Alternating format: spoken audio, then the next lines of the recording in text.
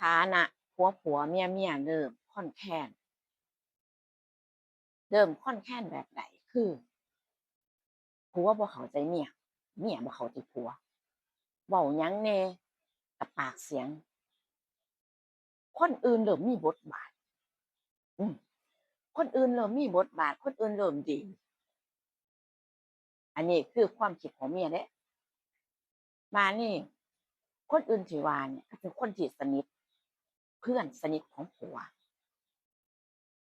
บางครั้งบางทีก็มาบ้านบางครั้งบางทีก็ติดต่อพูดคุยกันทางโทรศัพท์เออเมียก็มีความคิดว่าผัวคือบ่ดีจังซี้หือผัวคือบ่ดีคือเขาหือเอ้ยเขาคือมาดีแท้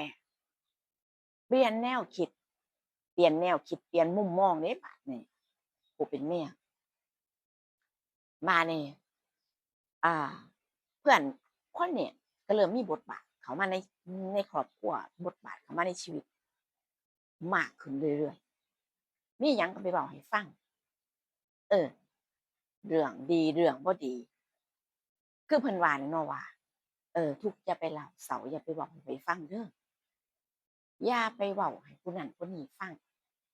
เขาก็เริ่มเห็นจุดอ่อนเออ มานี่เว้าให้ฟังเรื่องนั้นเรื่องนี้ปัญหาโน่นนี่นั่นเขาก็เริ่มเห็นจุดอ่อนว่าควรสิเข้าหาแบบดี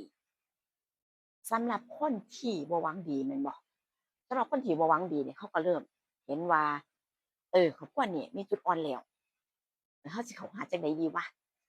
เออเขาก็มีจุดประสงค์เด้คนเฮามันบ่บริสุทธิ์ใจกับไผ100%บางคนนี่แทบบ่มีความบริสุทธิ์ใจเลยมีความอ่าในแบบว่ามีความในมีความหวังแอบแฝงอยู่เสมอ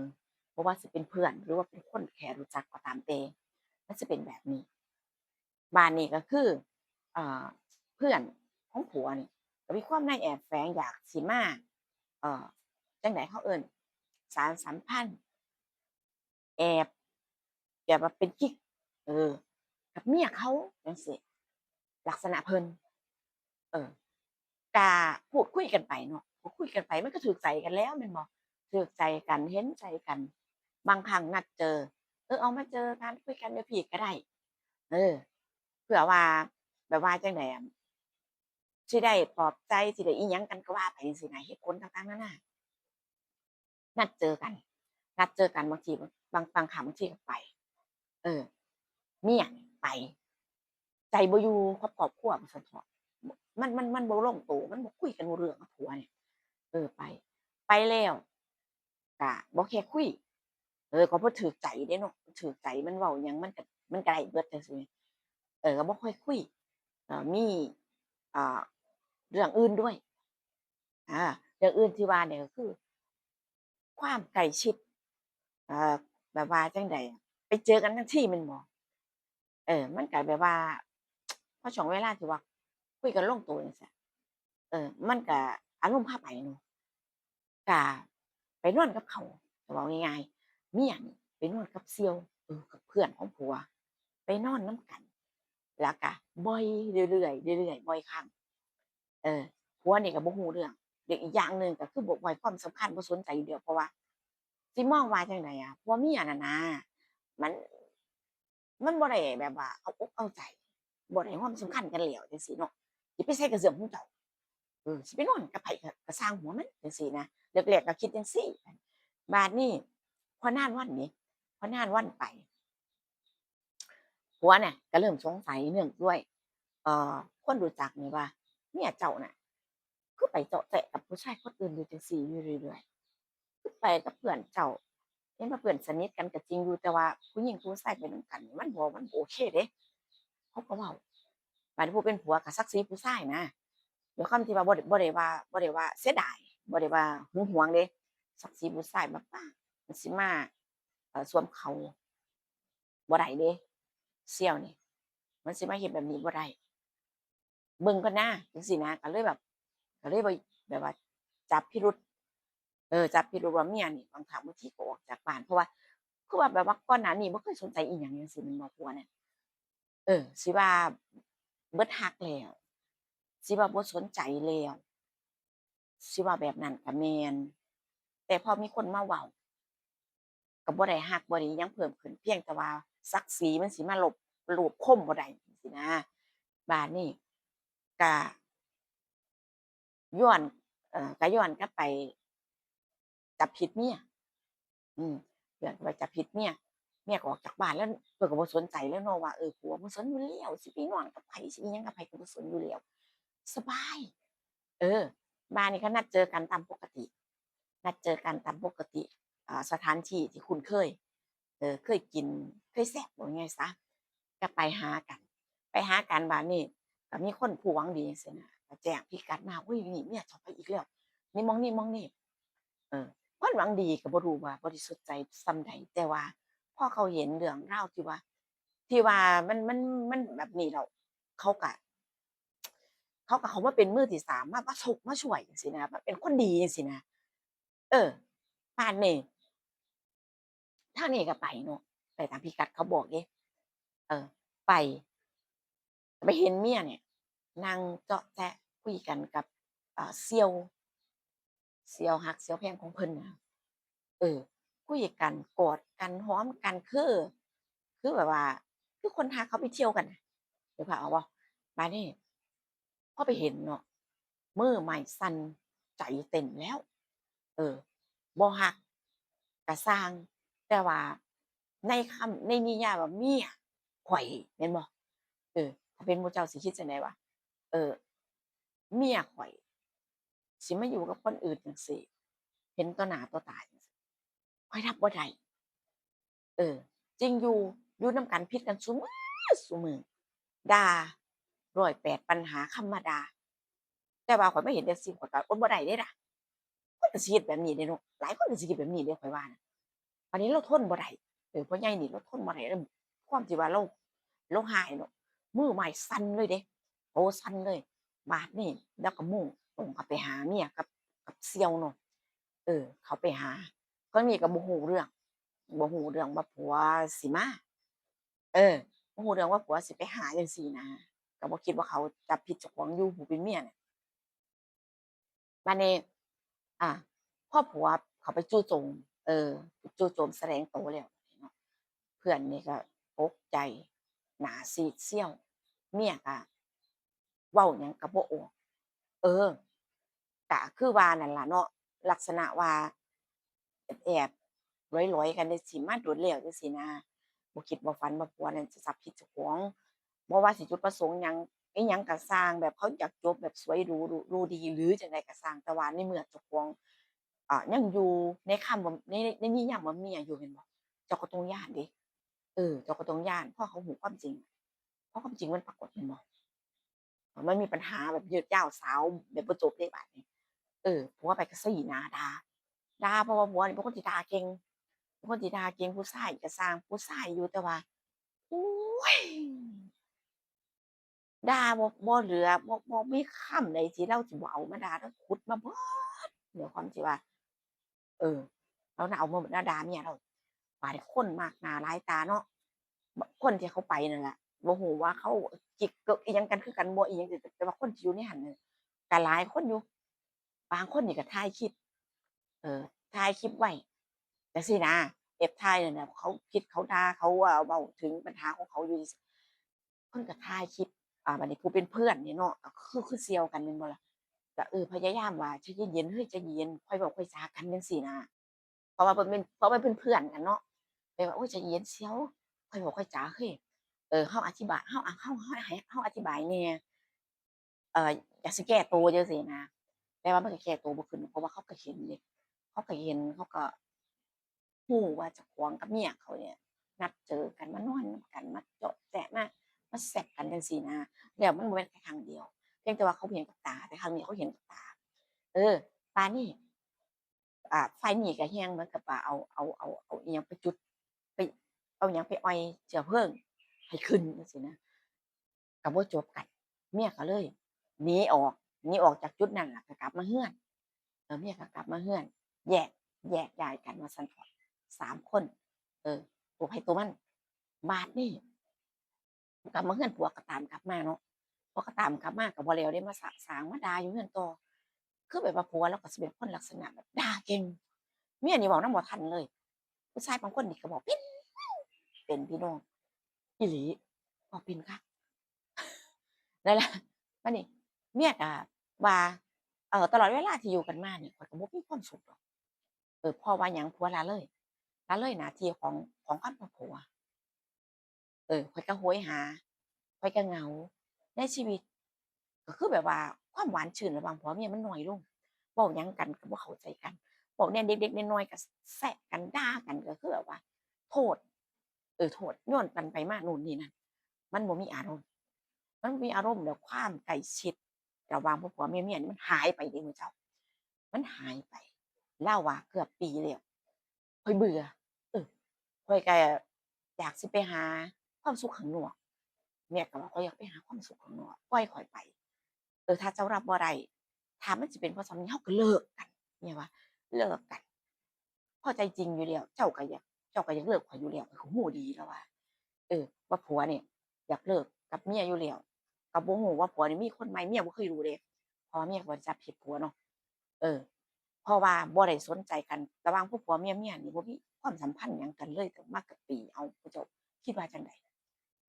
ผู้ชาย บ่มีอารมณ์บ่บ่มีความรู้สึกกับเมียบ่มีเลยมันก็เป็นปีบางครั้งบางทีเมียว่าบางครั้งบางทีข้อยนี่เออคือแบบว่ามันอดบ่ได้แม่นบ่ล่ะ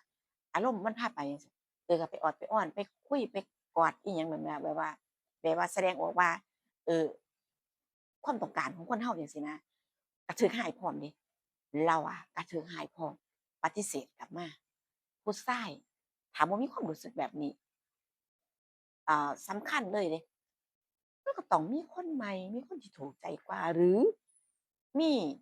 อ่าทางให้กินให้เล่นก็เลยก็เลยบ่สนใจก็เลยบ่มีความรู้สึกนี้แล้วแบบนั้นบ่เมียก็คิดไปว่าแบบนั้นบ่ที่ผัวเป็นแบบนั้นบ่เออแล้วบาดนี้ก็คืออดบ่ไหวเมื่อมีคนเข้าใจเนาะเมื่อมีคนเข้าใจเราก็เลยหันหาคนอื่นจังซี้แหมก็เลยกลายเป็นคนผิด ก็เลยกลายเป็นคนผิดว่าเจ้ามีชู้เขาจับได้ว่าเจ้ามีชู้อาจจะจริงผัวนี่อาจจะมีชู้อยู่แล้วแต่เมียจับบ่ได้เออบัดนี้พอเมียเป็นพอเมียออกไปหาความสุขข้างนอกผัวจับได้มันเลยเป็นเรื่องมักใหญ่มักโตบัดนี้เออบัดนี้เมียก็ว่าเลิกถ้ามันเป็นแบบนี้ก็เลิกเพราะว่าใจบ่อยู่กับผัวแล้วเดะเนาะใจก็อยู่กับผู้ชายคนใหม่แล้วเดะแม่นบ่บัดนี้ผัวบ่ยอมเลิกผัวกูบ่เลิก เออสิบ่ยอมปล่อยให้มันไปมีความสุขสิอยู่เป็นหมาหวงกลางสิอยู่จังซี้ล่ะถ้าบ่เลิกผัวก็คิดว่าถ้าบ่เลิกจั่งซี้มันก็สิลักไปแอบไปถ้าเกิดว่าผัวตาจ้องอยู่จังซี้มันก็สิบ่ได้ไปมันก็สิคันให้มันก็สิคิดฮอดกันสมน้ำหน้าสาใจผัวว่ากูก็สิสะใจบ่เลิกสิบ่ให้อิสระเป็นเด็ดขาดผัวว่าแบบนี้เดะเพราะว่าสิบ่ไปให้อิสระเมียเด็ดขาด เออสิปล่อยให้มันกระวนกระวายใจสิปล่อยให้มันคือแบบมีความทุกข์เออบ่ให้มันไปมีความสุขกับเขาก็สิว่าเป็นตาซังบ่เจ้าว่าเป็นตาซังบ่คนแนวนี้ผู้ชายแนวนี้เจ้าว่าเป็นแนวใดเออคันมาไหนๆก็อยู่นำกันแต่ก่อนหน้านี้ก็บ่ได้อิหยังอะไรใยดีเนาะบ่ได้รักบ่ได้ใส่ใจบ่ให้ความสุขเขาเท่าที่ควรแล้วสิเหงาไว้เฮ็ดหยังแม่นบ่สิหวงไว้เฮ็ดหยังคือบ่เลิกให้เขาไปมีความสุขให้เขาไปอยู่กับผู้ใหม่ เออแต่แม่นว่าเจ้าของอยากสิมีคนใหม่จังซี้แม่นบ่เจ้าของก็ไปมีคนใหม่เจ้าของก็ไปมีความสุขแม่นแหมต่างคนต่างไปนี่แหมเราบ่ยอมเดะผัวเรานี่บ่ยอมจนณปัจจุบันนี้เรายังอยู่นำกันเดะแต่ว่าเมียนั่นก็ถ้าถามว่าเราอยู่จั่งใดล่ะเมียเราว่าเออมันก็บ่ได้เฝ้าก็24ชั่วโมงตัวเลิกก็สร้างหัวมันเราว่าผัวนี่เพราะว่าเพิ่นต้องไปทำงานเดะแต่ว่าเพิ่นก็บ่ละถิ้มงานเพิ่นเคยเฮ็ดเพิ่นก็เฮ็ด มันต้องไปเฮ็ดงานบางเทื่อเมียว่าซุมื้อนี้บางเทื่อเพิ่นให้ผู้ชายมาหาอยู่เรือนเลาว่าบัดนี้เลาว่าตอนนี้น่ะบางเทื่อผัวบ่อยู่เพิ่นก็ให้ผู้ชายเนี่ยมาหาอยู่เรือน มันมีความสุขนำแม่มันอยู่เฮือนเลยแล้วว่าเฮ็ดจั่งใดก็ได้มันสาใจมันบ่ยอมเลิกก็สร้างหัวมันบัดนี้ที่อยู่นำกันนี่บ่ได้ดีขึ้นเดะเมียเราอะบ่ได้ดีขึ้นมีแต่แย่ลงผัวน่ะแต่ว่ามันเป็นหยังมันจั่งบ่เลิกให้ข้อยมันบ่ยอมหย่าบ่ยอมหย่าบาดนี้มันก็มีปัจจัยหลายอย่างเนาะอย่างเช่นที่ว่าเอ่อเงินทองทรัพย์สินที่เคยเฮ็ดเคยสร้างเคยหามาแต่ก่อนหน้านี้ว่าซั่นเถาะ ที่คุอยู่นำกันน่ะนะที่ออกันคุยกันรู้เรื่องก็หลายอยู่ก็บ่น้อยบัดนี้คันแม่นเจ้าของอ่าถิ้มหนีไปอยู่กับผู้ชายแม่นบ่ทั้งหมดเนี่ยก็บ่มีสิทธิ์เดะก็บ่มีสิทธิ์นำเขาบัดนี้เราก็คิดไปจังซี้นะเราว่ามันสิบ่มีสิทธิ์มันสิเป็นของเขาทั้งหมดบาดนี้เจ้าของก็สิไปแต่โตแล้วว่าถ้าเกิดว่ายอมหย่ายอมแบ่งยอมหยังกันจังซี้แบบว่าต่างคนต่างไปแบบเสมอภาคกันจังซี้นะ เออมันก็เป็นอิหยังที่แบบว่ามันง่ายกว่าบ่แล้วก็ยุติธรรมมันสิยุติธรรมกว่าจังซี้เนาะนี่ก็เป็นเหตุผลที่เราแบบว่ามันก็หนักใจแต่ว่าซุมื้อนี้ข้อยเอาผู้ชายมานอนเรือนซุมื้อเดะบ่แม่นว่ามานอนกลางคืนเพราะว่าผัวน่ะกลับมามันนอนกลางเว้นนี่แหละมามาเจาะแจ๊ะมานำกันกลางเว้นนี่แหละเราอะคันผัวบ่อยู่อันผู้ชายนั่นก็ได้ใจคักทั้งๆที่เป็นเพื่อนกันเดะบ่แม่นคนใหม่เดะทั้งๆที่เป็นเพื่อนเป็นเสี่ยวกัน ว่าเอิ้นบัดใดมันก็มาบัดนั้นแล้วอะอ้าวเอาเข้าไปไผสิชนะก็มองเป็นการว่าชนะเดะบัดนี้เมียเราว่าไผสิชนะมันสิดึงข้อยไปได้ส่ำใดข้อยสิเฮ็ดคักๆเราว่าเฮ็ดคักๆมันบ่ได้นอนเฝ้าข้อย24ชั่วโมงดอกมันต้องไปเฮ็ดงานแล้วบัดนี้ผัวนี่ไปเฮ็ดงานนี่คือเมียเราบ่ได้เฮ็ดงานเดะเมียบ่ได้เฮ็ดงานผัวนี่ก็คือแบบหาเลี้ยงตั้งแต่ไหนแต่ไรมาแล้วล่ะลักษณะว่าผัวนี่เป็นคนทำงานหาเงินเข้าครอบครัว แบบนี้นะเมียก็ว่าเฮ็ดงานบ่ไหวโน่นนี่นั่นบ่อยากเฮ็ดก็แม่นจั่งซี้ให้ผัวหาเลี้ยงจั่งซี้แหมนั่นล่ะประเด็นมันก็เป็นแบบนี้มื้อเช้าเคยเห็นครอบครัวแบบนี้บ่เพื่อนฝูงหรือว่าญาติพี่น้องข้อยก็ว่าจักสิสงสารไผดีคันว่าผู้ผัวก็เนาะคันบ่ใส่ใจกันบ่รักแล้วเป็นบ้าหยังแล้วจังบ่ถิ้มเขาบ่ปาเขาหนีนั่นนะหากินแต่เฉพาะปากเจ้าของหรือบ่ก็หาเอาเมียใหม่ ให้เขาไปอยู่เป็นอิสระของเขาบ่ต้องมาเอ่อเอาผู้ชายมาเรือนมานอนโอ๊ยเขาเอิ้นว่าห้องหัวเจ้าของนี่นะเขาเอิ้นว่าอิหยังล่ะบ่อยากเว้าแล้วมันแจ้งเกินหลายเนาะก็บ่เหมาะสมนั่นล่ะพี่น้องมันเป็นแนวนี้เราก็ว่าสิบ่ปล่อยมันให้มีความสุขเราก็ว่าเราก็บ่ปล่อยอีหลีเราบ่ยอมหย่าเพราะว่าผัวเมียอยู่ในสมรสเดะบ่แม่นว่าเอาแล้วอยู่ซึมกันซื่อๆถ้าเกิดว่าเอาแล้วอยู่กันซื่อๆอันเนี้ยมันก็ไปง่ายบัดนี้ ถ้าเกิดเอาแล้วเจ้าอยู่ในด้านแบบว่าสมรสกฎหมายครอบคลุมแม่นบ่เออนั่นแหละดีตั่วผัวเราบ่หาเอาเรื่องอันผู้ชายผัวน้อยเนาะดีตั่วเราบ่เอาเรื่องเราบ่ฟ้องเราบ่อิหยังจังซี้นะซุมื้อนี้มันสามารถเฮ็ดได้เนาะฟ้องได้ก็ไปเป็นชู้แม่นบ่เป็นมือที่สามจังซี้มีความผิดอยู่เดะแม่นบ่หมู่เจ้าแต่ส่วนมากข้อยก็เห็นแต่ผู้หญิงเนี่ยผู้หญิงเนี่ยไปฟ้องอ่า กิ๊กไปฟ้องเมียใหม่ผัวจังซี้แหมผู้ใดที่มีสมใบสมรสเนาะไปฟ้องจังซี้เมียใหญ่เขาเอาเรื่องจังซี้ผิดอีกเดะบาดนี้แต่ว่าผู้ชายที่เอาเรื่องอ่าผัวน้อยเขานี่บ่เห็นมีข่าวข่าวก็บ่มีดอกบ่เห็นนั่นล่ะผู้ชายสิบ่เอาบ่แบบว่าบ่เอาเรื่องบ่วุ่นวายคือผู้หญิงจักเนาะเว้าง่ายๆหายก็หายผิดก็ผิดแต่ว่าเว้าแล้วก็แล้วจังซี้นะเขาก็สิบ่มีประเด็นนี้เกิดขึ้น อันเนี้ยมาเว้าสู่ฟังเด้อพี่น้องเด้อเว้าหลายมันสิยาวคลิปนี้ก็ยาวอีกแล้วเจอกันคลิปหน้าระหว่างผัวผัวอ่าในสมรสกับผัวนอกบ้านเนี่ยไผสิน่าสงสารกว่ากันเอาเว้าสู่ฟังซื่อๆดอกหว่ามันก็มีหลายคนหลายมุมมองหลายความคิดหลายความชอบความมักเออกินแบบใดมีความสุขก็กินไปจังซี้แหมสมัยซุมื้อนี้ดิแฮ่งบ่มีไผง้อไผเด้ออีหลีมันหลายคักอีหลีเรื่องราวแบบนี้เอาเว้าสู่กันฟังพี่น้องเนาะ เจอกันคลิปหน้าดูว่าพูดสิมีเรื่องราวหยังมาบอกให้ฟังอีกส่วนคลิปนี้ไปแล้วนะคะ สวัสดีค่ะ